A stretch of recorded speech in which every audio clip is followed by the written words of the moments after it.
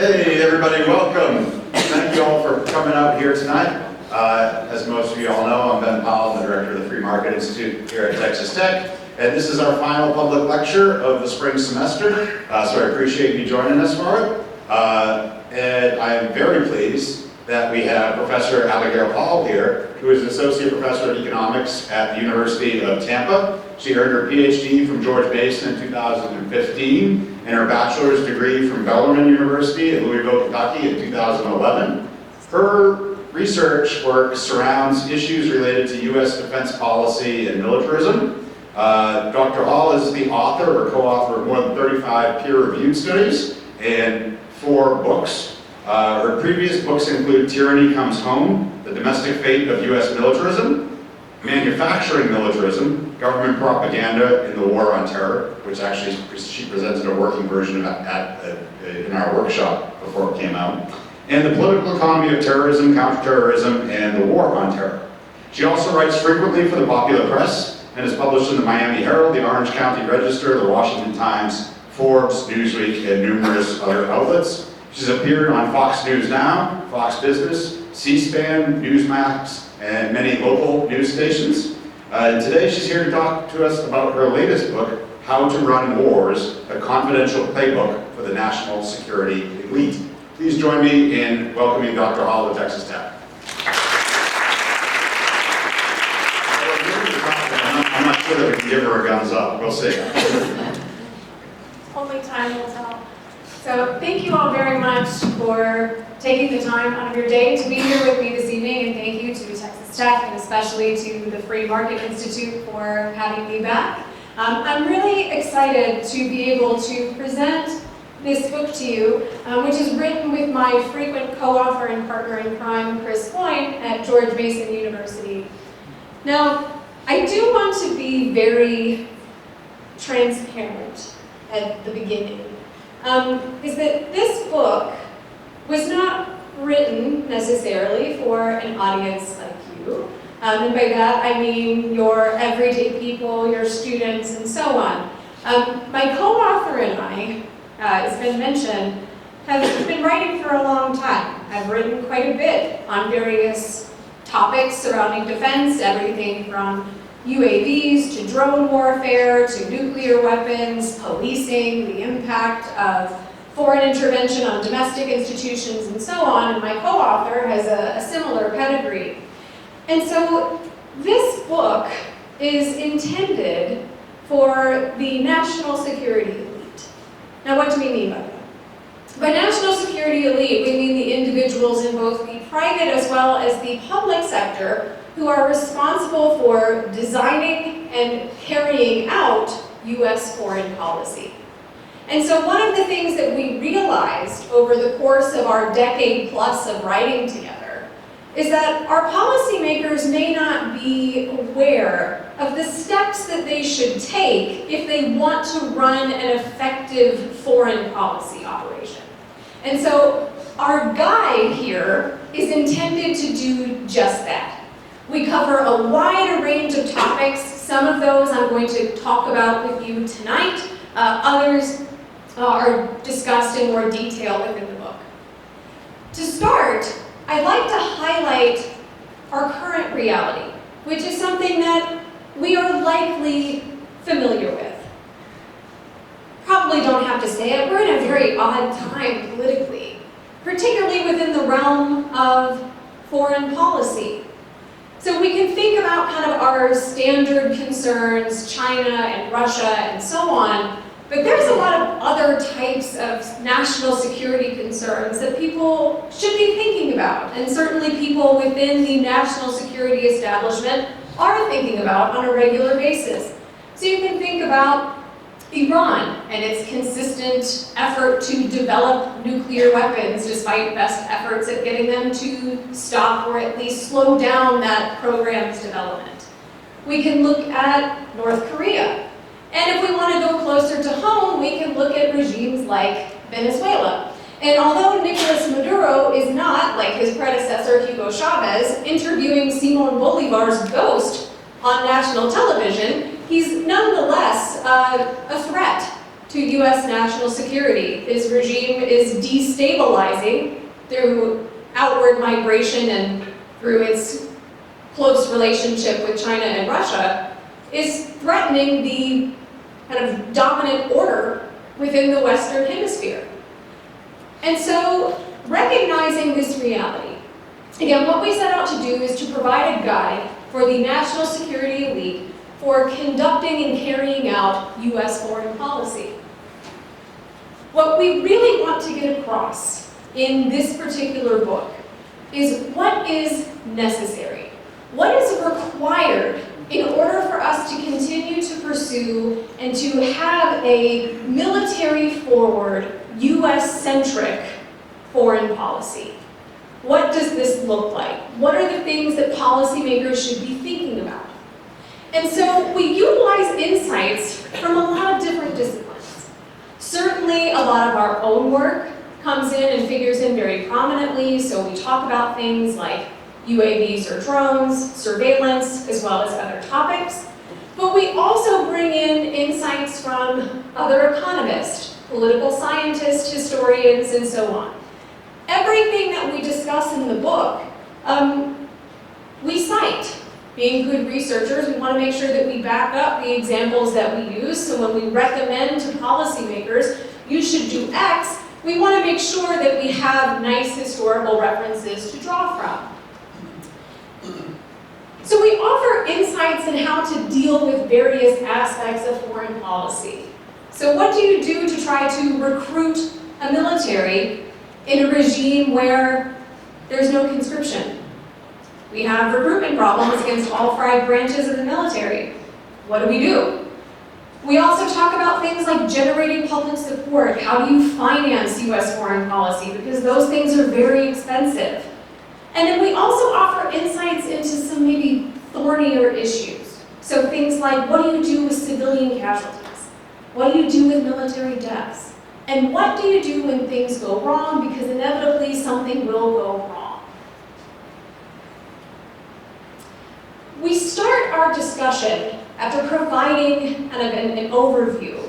And I should say, by the way, I mentioned at the beginning that this was not intended for you, but given the very generous invitation from FMI, after discussing it with my co-author and our publisher, we all agreed that I could share some of these insights with you. We start our discussion in the book by talking about the importance of setting the narrative. I know many of you are students in a business school. You probably had a marketing class. You're aware of how important messaging is when you are talking about a product or a service that you are trying to sell. It is no less different here within the context of US foreign policy. The narrative or the story that you are trying to tell is important. It's perhaps the most important thing that we talk about because in order for professionals, the national security elite, to carry out US foreign policy, it necessitates broad public support. Or even if there's not support, people have to at least be okay in terms of going along with it. So what are some ways that national security elites can set an effective narrative that is going to help them achieve their goals? It's important to have control over the narrative. Set the story that you want to tell. You wouldn't let other people go out and sell your product for you. In a similar way, in the national security space, you have to be selling your product too. So what are some ways to do that? And here we have both historical examples that we can look at, but then also face the contemporary reality. So here if we go back and we look at history, we can see that in earlier conflicts, primarily things like World War I and World War II, you had government offices that were explicitly dedicated to creating and disseminating the appropriate narrative to cultivate and maintain public support. So if you go back to World War I, you will have the Committee on Public Information, or the CPI. If you fast forward a little bit forward into World War II, you have things like the Office of War Information, distinct entities whose sole job was to create and disseminate materials, speeches, flyers, movies, and other forms of media, which would generate and maintain public support for US involvement within those conflicts. Now, of course, today we don't have things like the Committee on Public Information. Something that happened with both of these entities is that after wartime, people kind of got upset about having essentially what was written in name, propaganda agencies telling people what they should be thinking about. And so they were subsequently disbanded after each of the conflicts. But this doesn't mean that we're impotent in how we go about trying to establish and set a narrative. For example, what if I were to tell you that if you have been to a major sporting event of any type, definitely within the last 25 years, or if you have watched any television, or if you have watched any film, you've likely received the intended narrative related to US foreign policy. Now, how is this the case, you might ask? Let's take the example of a hockey game. I'm a big hockey fan. I know in Texas that might not be the sport that you guys are into. Realize that that might not land, but work with me here. So at the beginning of a hockey game, they do a ceremonial puck drop. They drop it in the middle of the ice. The two people who are at the face-off, they pose for the camera. It's really nice for everybody. One of the best puck drops of all time was watching, for a Minnesota Wild game, a member of the Minnesota National Guard hang upside down from the rafters in full military fatigue, flip over and drop the puck on the ice. Now, what people didn't know while they were watching the game was that that entire event was paid for by the Department of Defense. And in fact, the Department of Defense has a long history partnering with sports franchises to engage in patriotic displays.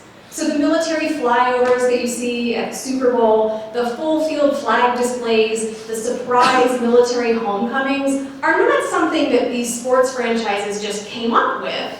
It's something that the DoD proactively sought out to try to generate support for, a little bit earlier, defined conflicts like the wars in Iraq and Afghanistan, but more broadly speaking, the war on terror. Now, I mentioned films and television too, and I have two examples back here. Now, Say Yes to the Dress and Gordon Ramsay don't have a whole lot in common, except when it comes to the Department of Defense.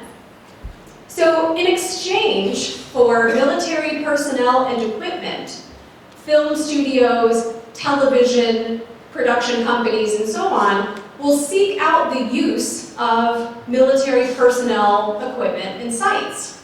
And the Department of Defense is more than happy to allow them to do that, but they want to make sure that the message being conveyed is one that is supportive of US foreign policy. So what happens is film studios will do things like send their scripts to the appropriate office, and this appropriate office will make suggestions about what the film studio or the TV production company should do should they want to be able to use DoD resources. So what happens, you see things like plot lines being cut out of films, characters that are completely scrubbed, lines of dialogue that are changed, and in fact, if you want to make a film that is critical of US foreign policy, it's actually remarkably difficult to do without the support of the US military and the Department of Defense. So narrative is important, but who's going to deliver that narrative? We have suggestions for that too, because the delivery is also really important. We recognize that a free media is really important for a free society. But again, without the appropriate messaging and without the appropriate delivery of that message, we won't have a free media in order to defend, or a free media to defend at all. So the solution here is then to proactively engage with the media to determine and to influence how that messaging is presented to the broader public. And here, I recognize that in a room full of college students, I am old to you, but I am old enough to remember things like this. So prior to the US invasion of Iraq in 2003, so early war on terror, we highlight how the George W. Bush administration provided a real masterclass in working with the media to help effectively convey your messaging when it comes to US foreign policy. So we see things like making officials available for commentary on a regular basis. So people like Condoleezza Rice, former Vice President Cheney, all of these individuals are available to media as well as others. And you'll notice if you go back and you review the interviews that these individuals and others have done, they're really consistent with their messaging. You see the same types of things, the same sources repeated over and over and over again.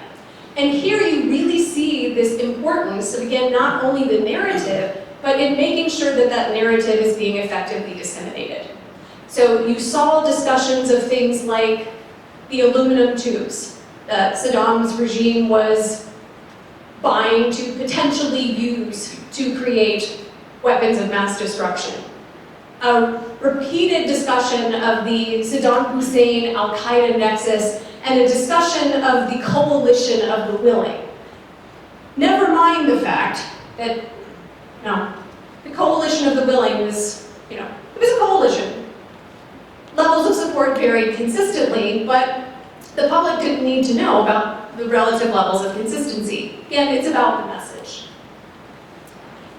After this point, we started looking at some other issues more specifically. And we spend 2 parts of the book talking about what to do with casualties. And we're all familiar with the phrase, if you want to make an omelet, you got to crack a couple eggs. And sure enough, foreign policy is no different. People are talking about the continued conflicts in Ukraine and between Israel and Hamas. And we recognize that civilian casualties or collateral damage is just kind of part of the process. Same thing for military casualties. So what do you do with these? We start by talking about military casualties specifically. And we highlight things like, again, this relates to the things we talked about previously, controlling the timing of the release of information. Things that happened further back in the past, even if it's just a month or so, are less likely to inflame people's passions, as opposed to things that have happened very, very recently.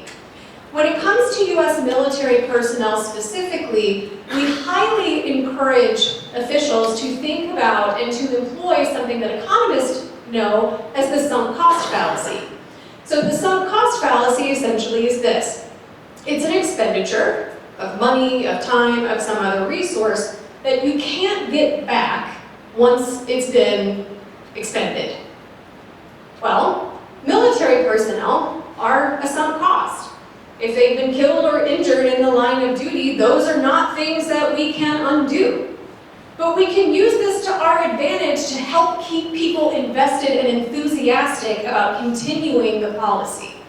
This is something, again, the Bush administration is a great example. But it's not just that administration. We see people talking about things like our servicemen will not have died in vain. We have to continue the mission, we have to see it through to completion. We'll honor the sacrifice of our military personnel by finishing the mission. You also shouldn't underestimate the ability of single individuals within the military to provide potentially very important motivation to keep people invested in your policy. So we spend part of this chapter discussing the story of Pat Tillman. Many of you might have seen recent stories about this because the anniversary of his death was quite recent, within actually the last few days. And we talk about Tillman specifically. Tillman, of course, was a running back for the Arizona Cardinals and very publicly gave up a lucrative NFL career to join the Army, where he became an Army Ranger. Tillman, unfortunately, was killed in the line of duty. It was very apparent, however, almost immediately, that Tillman died by fratricide. or what we might call friendly fire. So he was inadvertently killed by his own men. And despite the fact that the military knew this, including Secretary Donald Rumsfeld, that was not what was told to the public. Tillman died a hero. And it was only after his brother, who was also an Army Ranger, had been told how his brother had died, that the DoD decided we finally have to release this information. So what did they do? They released it on the Friday before, I think it was Memorial Day or Labor Day weekend, after all of the reporters had already gone home for the weekend. Tillman's story is interesting because he still inspires people. So I was on Facebook a few days ago and saw various posts about Pat Tillman. So you can potentially use these really unfortunate events as a means to help, again, maintain support. Now, military personnel, we expect some level of injury, some amount of fatalities. Civilians are a lot tougher of a sell. Women and children, specifically, who are injured in conflict, that's not something that you want splashed across news screens. So, again, we suggest doing things like slowing down the release of data. And since the national security establishment has control about when sensitive data is released, you can decide whether or not you want something to be released a month after it happens, 6 months after it happens, or years after it happens. We also talk about utilizing definitions and wordplay to help in framing civilian casualties. So we spend time talking about things like using the term combatant to refer to people who are maybe individuals who are within the opposition or the group that you are targeting. But one term that's been utilized for decades and continues to be used is what we call the MAM, military-age male. Now, what is a military-age male? Definitions here are a little bit fuzzy, but for sake of argument, it's this. Are you male, and are you between the ages of 14 and 65 in a strike zone? If that's the case, then you're a military-age male. So through this actually kind of just neat accounting trick, we can move people from the unacceptable civilian death category into the acceptable combatant or enemy death category. And I think a couple examples here are particularly illustrative. So here we have the late Colin Powell talking about his time in Vietnam. Talking about if you spot a peasant in black pajamas and you're in the helicopter, you shoot at their feet.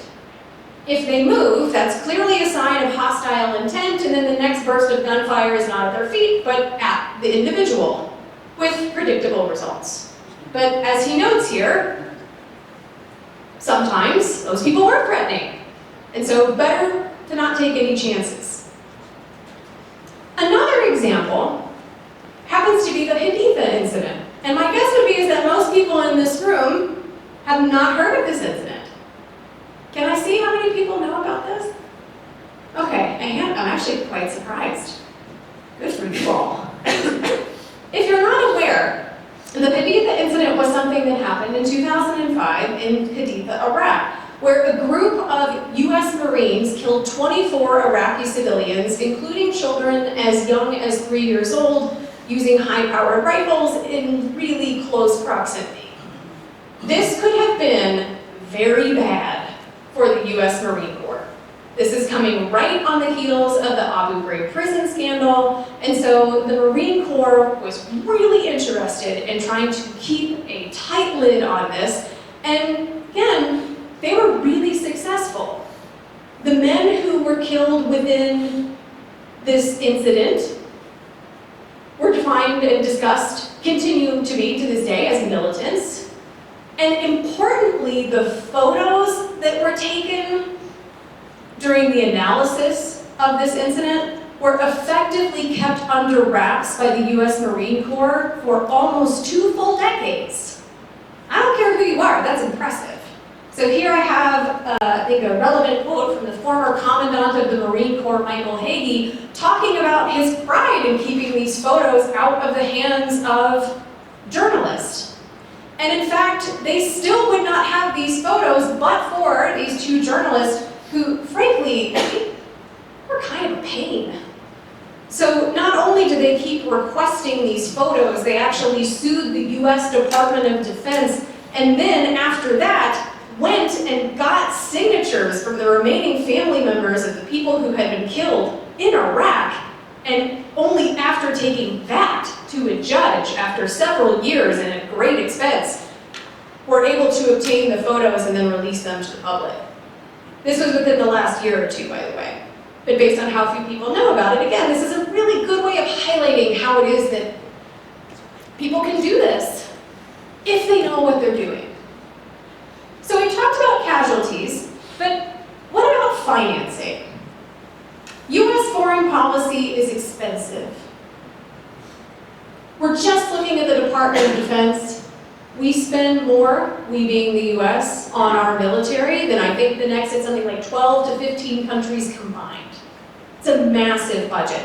And providing security on a global scale is frankly really expensive. So how do you go about funding that? Again, we recognize a few things, or we offer a couple of ways of thinking about it before providing some specific advice, which I'll get to momentarily.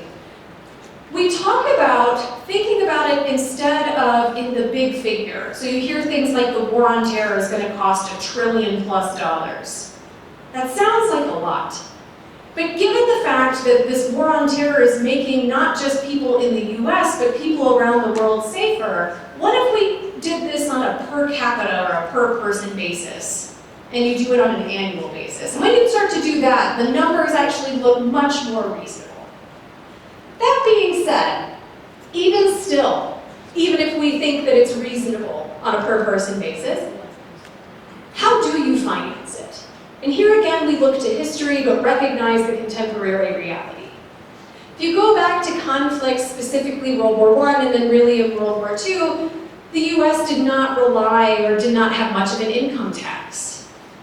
You start to see income taxes be introduced and then they become widespread during World War II. They're relatively low. Again, talking about narrative and messaging, you have people like Irving Berlin, very famous musical talent at the time, writing songs about paying your income tax.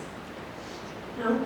Only we could get celebrities who've been caught evading their taxes to write songs for the IRS to pay in compensation. Just an idea.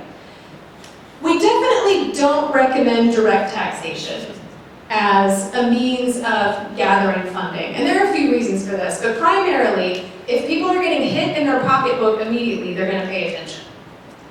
And if they pay attention, they might have more criticism about policy, but we know, as people who have studied this topic, and the national security establishment knows, that everyday people can't possibly understand all of the nuances required and why this type of spending is necessary. So, even though this would be the most direct route, we don't recommend it. Similarly, we don't recommend bond issues. They're a really tough sell. Again, tie people closer than we'd like to the policies that we're talking about. We also don't recommend the option of printing money because then you just wind up with inflation, which is a whole other thing we don't want to deal with. So we recommend debt financing, which thankfully has become the standard anyway from the Vietnam War onward. Debt financing does a couple of things. It allows policy officials to create and engage in foreign policies without having to tie it to direct contemporary tax increases. Those things will come later, but as my co-author and I point out, since later on people are going to benefit from the outcomes of these foreign policies, it seems only fair that they pay their share a little bit later on. So while I might not see the tax increases, my children and my grandchildren will, but they'll be benefiting from the policies. So we see this as being only fair. From here we move on to talking about issues related to dissent. We feel like our guide would not be particularly practical if we didn't at least mention the fact that somebody, somewhere, is going to be upset, and probably very loudly upset, about something that's going on with your foreign policy program. So here again, we talk about different solutions, both historical and contemporary. We all might remember things like saying the Pledge of Allegiance in class. So if you went to school in the US, you remember this every day. You stand up, you put your hand over your heart, you say the Pledge of Allegiance. This might seem innocuous enough, right? But it certainly cultivates an expectation of respecting and honoring what it is that our policymakers are doing and what's being done in the name of our flag. And while, yes, the Supreme Court has ruled that students do not have to participate in the Pledge of Allegiance, we talk about and highlight how the social pressures here are immense. And even though it is not required, a lot of news articles would suggest that at least a lot of teachers in various places, including Texas, I know that there was one we talked about specifically, they get offended. And students certainly feel that social pressure to conform. Other things that we talk about, and this is actually particularly relevant, so it's unclear if someone in the current administration picked up our guide and used this part specifically, but we talk about utilizing and extending existing provisions to assist in silencing dissent.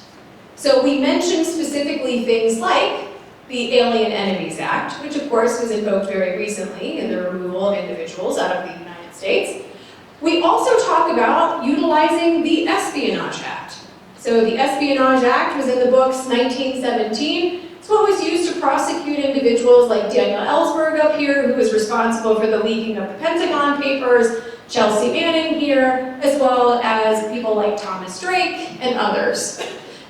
This can be a really effective way of keeping people quiet, or at least making an example of people who choose to speak out.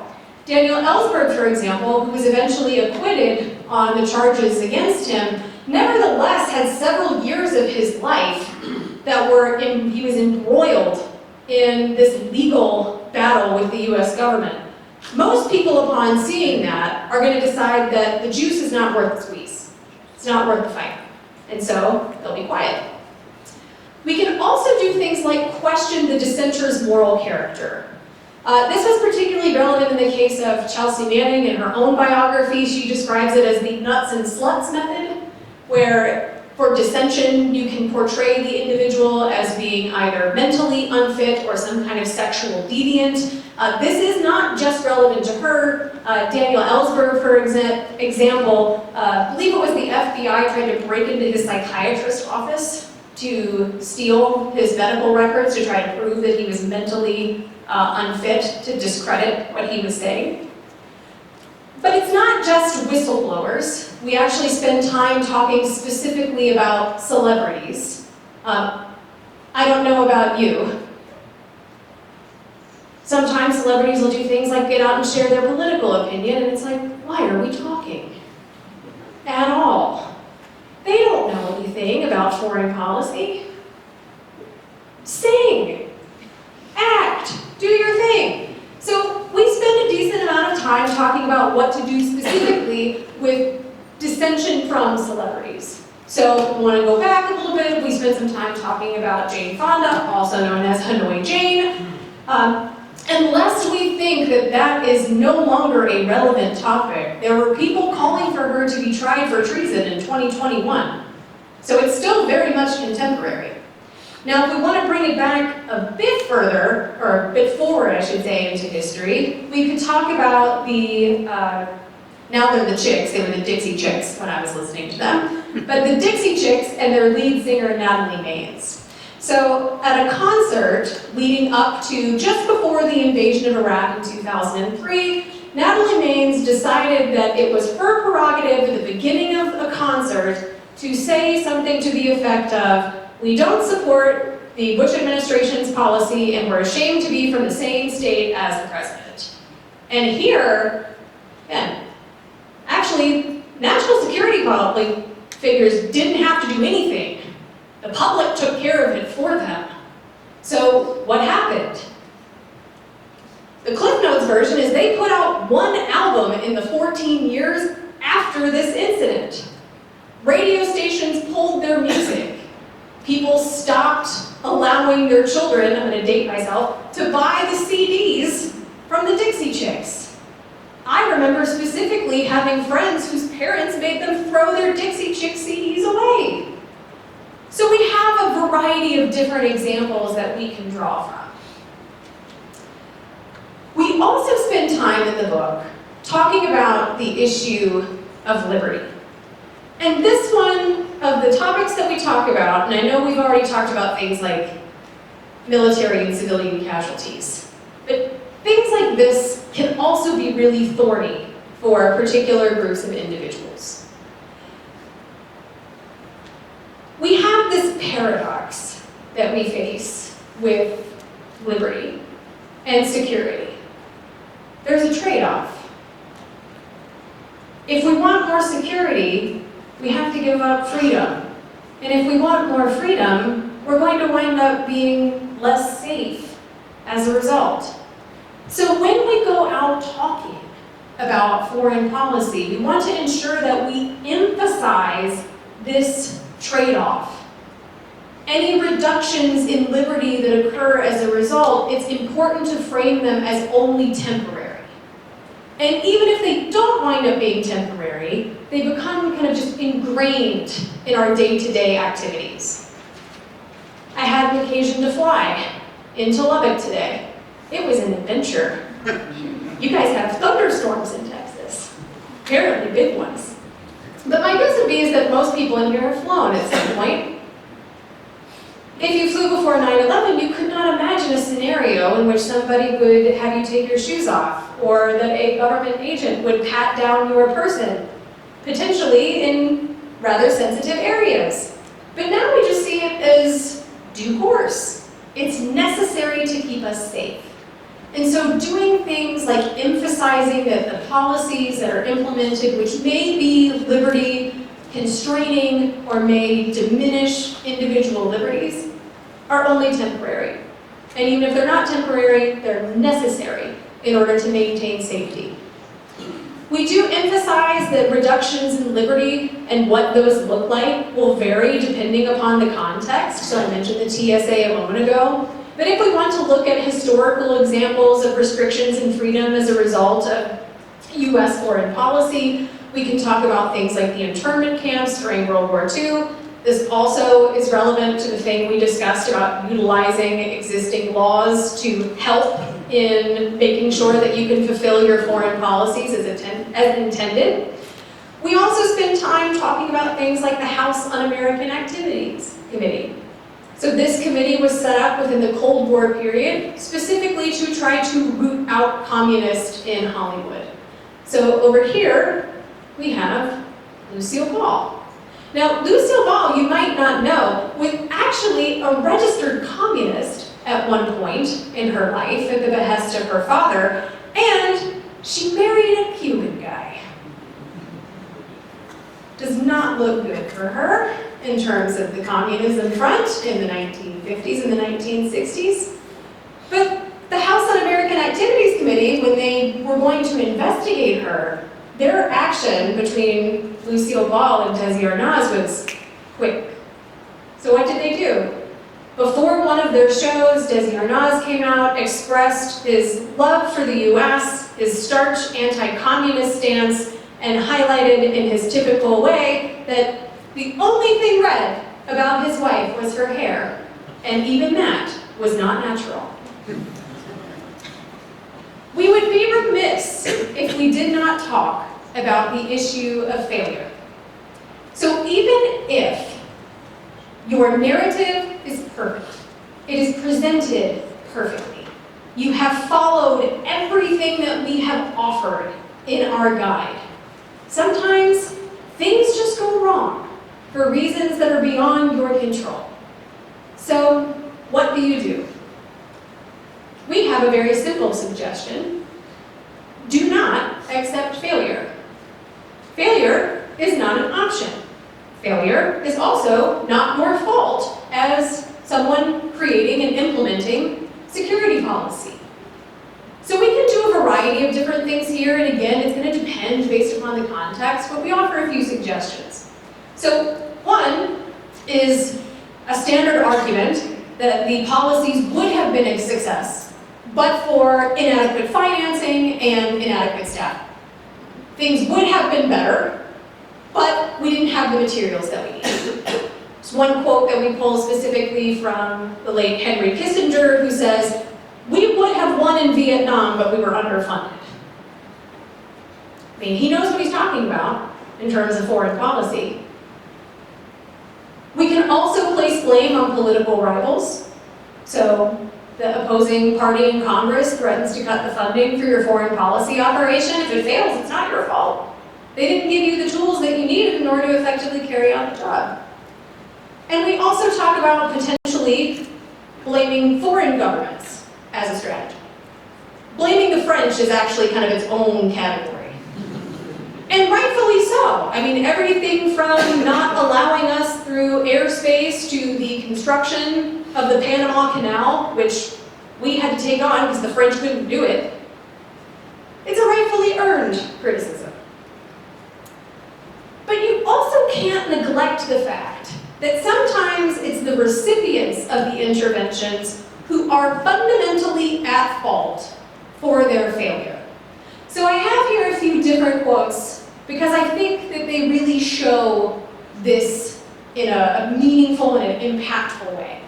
So here I have a quote from former President Joe Biden talking about the withdrawal from Afghanistan, highlighting that we equipped, funded, basically did everything for the Afghan government and its military, but they weren't willing to fight for their own freedom.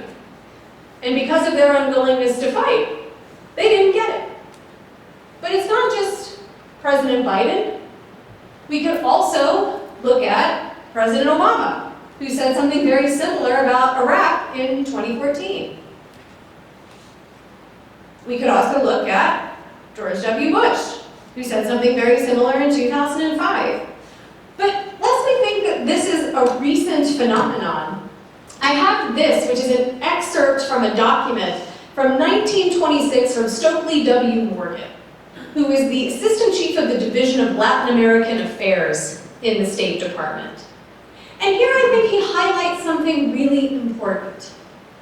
He points out that when you're young and you're learning how things work, you don't really appreciate your parents.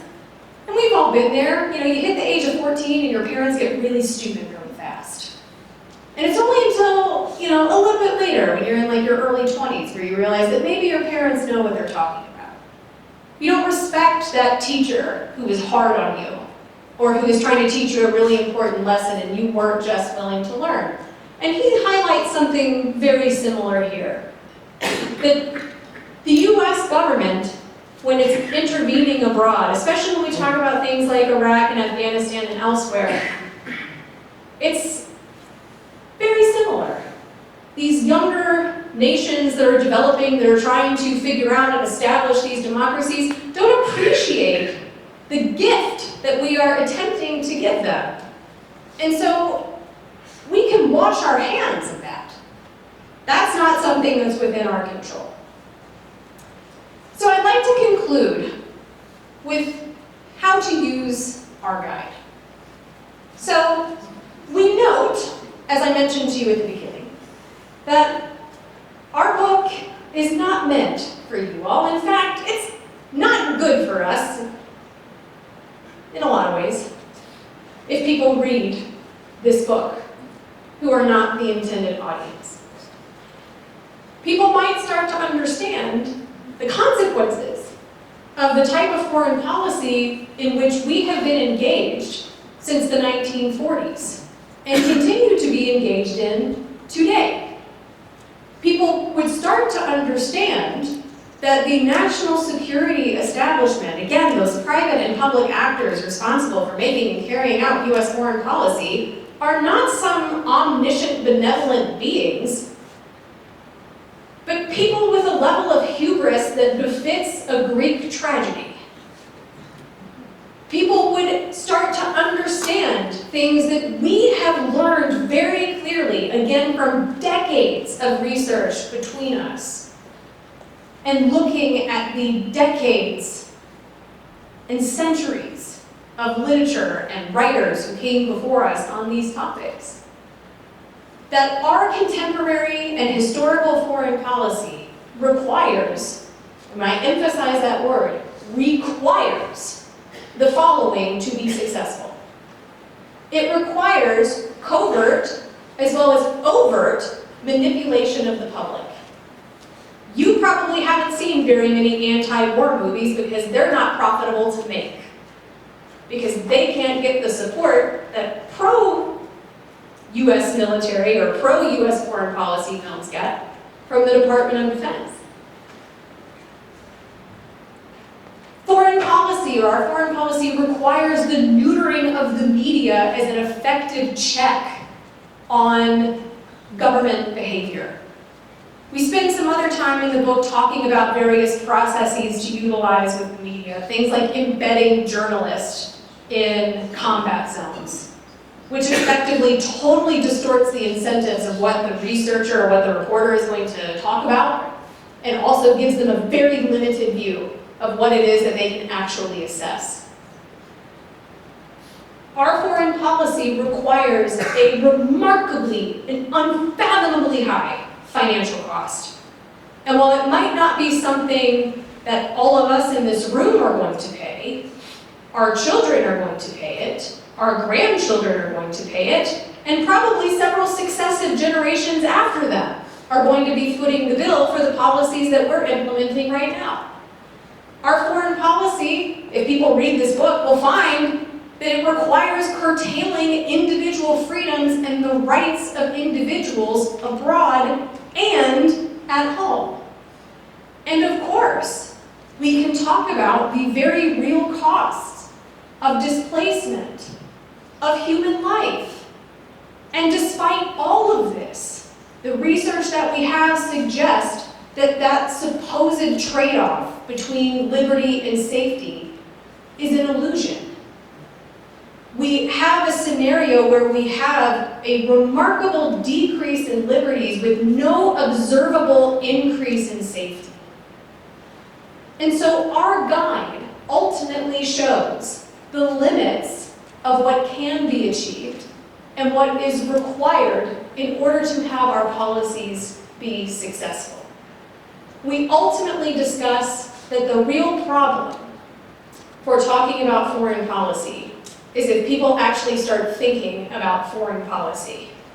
And people start asking questions like, hey, there's a surprise homecoming for military personnel on the pitcher's mound. Why is that person being deployed at all in the first place?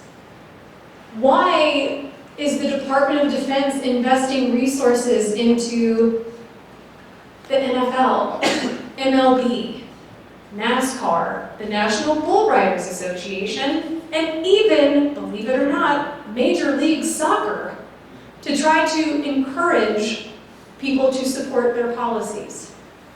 If we start asking those kinds of questions, then we might actually start having some different thoughts about what types of policies are in the interest of others, but also within the interest of ourselves. Thank you very much.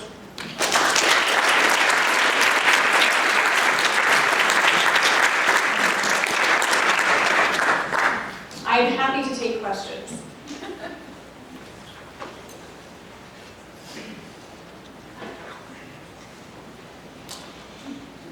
Yes, sir. I'm assuming because of the conclusion that you're no longer in character. No. Scene. Yes.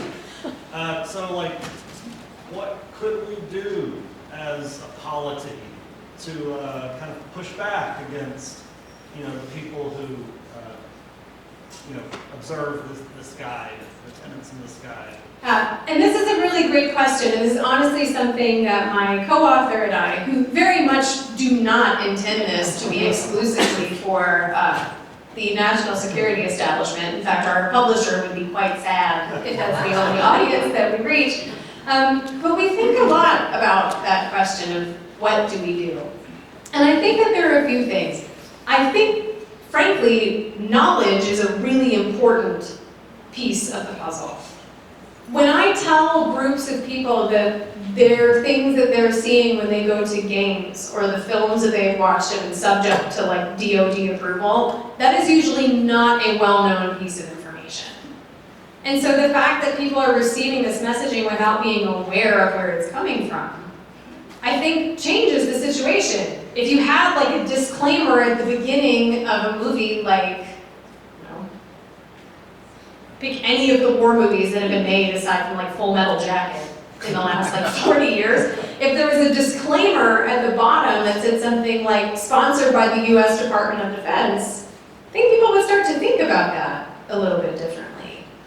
Something else that I think knowledge does too is it makes us check what I would refer to as cheap patriotism. So there's something that happens, again, you see this a lot at sporting events. They'll bring a member of the US Armed Forces, say out on the ice or out at like center court, and they have everybody stand up and clap, and everybody feels really great about standing up and clapping, and then literally does not give it a second thought. That thing I mentioned at the very end of like not asking questions of like, well, why are these people being deployed in the first place is important. Now, if we want to start talking about like actual policies, I don't pretend to have like a magic list of things to do. One thing that I would recommend or would suggest, again, I'm saying that this is what I would want to see, not that it's necessarily politically viable, so with that caveat. Our current and historical policies are almost exclusively externally focused. So what's going on over there, fixing over there, and very little of what is going on here. So if we are truly interested in doing things like making people's lives better off and encouraging cooperative behavior, wouldn't have to say this 6 months ago, but things like trade are really important. Free trade makes us less likely to fight. And if we really want to talk about improving the lives of people who are interested in freedom, giving people the ability to vote with their feet and immigrate and live and work where they want, is a very internally focused policy that has dramatic foreign implications, but adopts a radically different strategy for achieving those goals.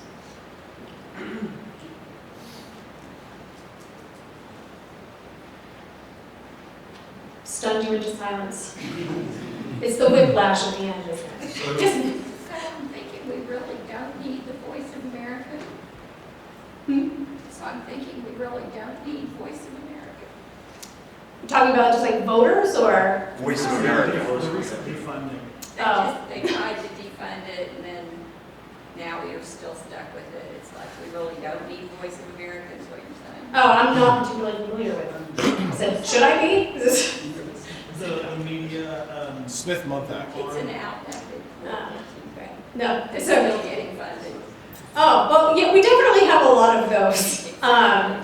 We spend, I mentioned that this book kind of brings together a lot of other elements that we've researched on. So one of the earlier books that we wrote was on democratic propaganda. And so talking more explicitly about that things that we talked about at the beginning, the message creation and dissemination, and kind of an analysis of how that works in a democratic society. And so we do talk about some things like these organizations that are here and that stick around long after what would be considered their expiration date. And there are various reasons why that might be the case. But if we want to talk about, the US government has absolutely no problem sharing its foreign policy messages. If you look at it on a spending basis, they spend more than the second largest PR firm on the planet.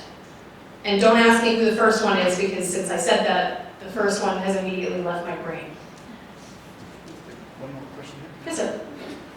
Yes, I'll caveat this with a couple of things. Okay, so one, I really look forward to reading the book. I'm a retired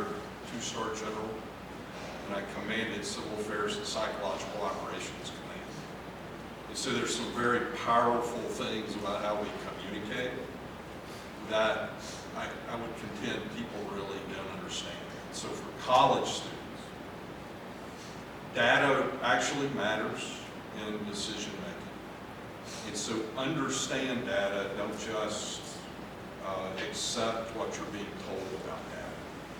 I think that may be perhaps one of the most critical things you can do as a young thinker is actually understand data and why it's used in certain ways. I wanted to ask you this question that got asked you, like, so what can you do?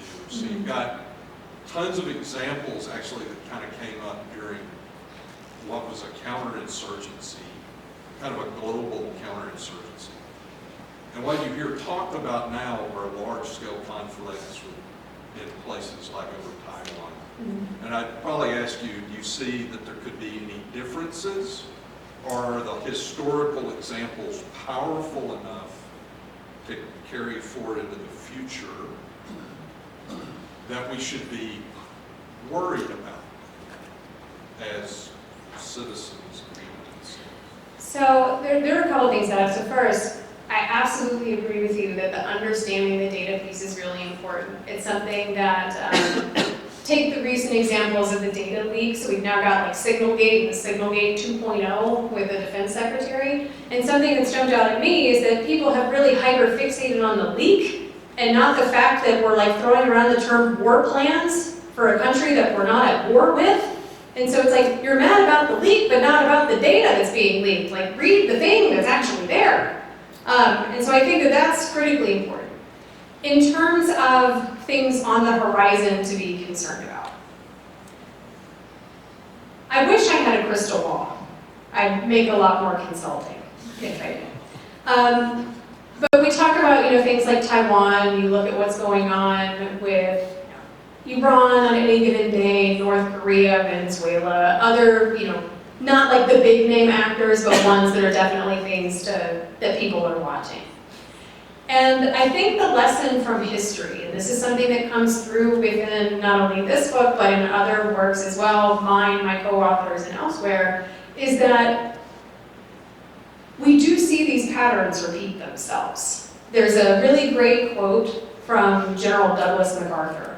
So hopefully that rings a bell, even for the college students back there somewhere. So there's a great quote from MacArthur who talks about this theoretical monster that we've been told is consistently under our bed, just ready to jump out and devour us at any moment. But then he highlights how those threats never really seem to fully materialize. So it would not surprise me at all if we start to hyperfixate and say, again, like Taiwan is the example that you used. If we start to see those kinds of shifts. But is that fundamentally different, or is an insurgency different than, say, like a full-on like ground invasion? I think there are differences in degree, but not necessarily differences in kind. There are some relevant things, I think, with technology to talk about. The fact that drone strikes, I think, make it effectively really easy for us to carry out foreign policy operations in a way that would not have been so easy, say, in the 1970s. But again, I think it's a difference of scale, but not a difference really in the fundamental issue of what's going on. Thank you for your question. Thank you all. All right.